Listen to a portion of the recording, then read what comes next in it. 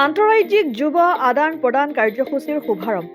এই কাৰ্যসূচীয়ে যুৱ শক্তিৰ মাজত ৰাষ্ট্ৰীয় একতা, সাম্প্ৰদায়িক সম্ভাদ, ভাৰত চৰকাৰৰ যুৱ পৰিক্ৰমা আৰু ক্ৰীড়া মন্ত্ৰালয়ৰ অনুমোদন সাপেক্ষে নেহেৰু যুৱ কেন্দ্ৰ সংগঠনে আৰম্ভ কৰা কাৰ্যসূচীৰ অংশ হিচাপে কামৰূপ মহানগৰ জিলা নেহেৰু যুৱ কেন্দ্ৰৰ উদ্যোগত যুৱ আৱাস পল্টন বজাৰৰ গুৱাহাটীত 5 জানুৱাৰীৰ পৰা 9 জানুৱাৰীলৈ 5 দিনীয়া কাৰ্যসূচীৰ অনুষ্ঠিত আন্তঃৰাজ্যিক যুৱ আদান প্ৰদান কাৰ্যসূচীৰ আনুষ্ঠানিকভাৱে শুভাৰম্ভ কৰে গুৱাহাটী লোকসভা সমষ্টিৰ সাংসদ বিজুলী কলিতা মেধিয়ে।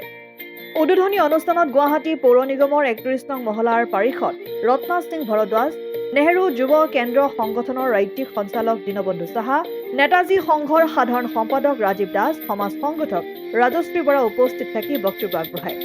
অৰুণাচল প্ৰদেশৰ 3খন জিলাৰ 27 গৰাকী যুৱ প্ৰতিনিধিৰ লগতে অসমৰ বিভিন্ন জনগোষ্ঠীয় যুৱক-যুৱতীৰ একতা, ভাতৃত্ববোধৰ লগতে ভাষা, সাংস্কৃতিক বিনিময়, আদান প্ৰদানৰ লগতে সমল ব্যক্তিৰ দ্বাৰা শৈক্ষিক কাৰ্যসূচী, যোগাভ্যাস, ক্ষেত্ৰ ভ্ৰমণ আদি বিভিন্ন কাৰ্যসূচী অনুষ্ঠিত হ'ব বুলি নেহেৰু যুৱ কেন্দ্ৰ কামৰূপৰ গাণনিক আৰু কাৰ্যসূচী নিৰীক্ষক জীৱন চন্দ্ৰ দলে জানিবলৈ দিয়ে।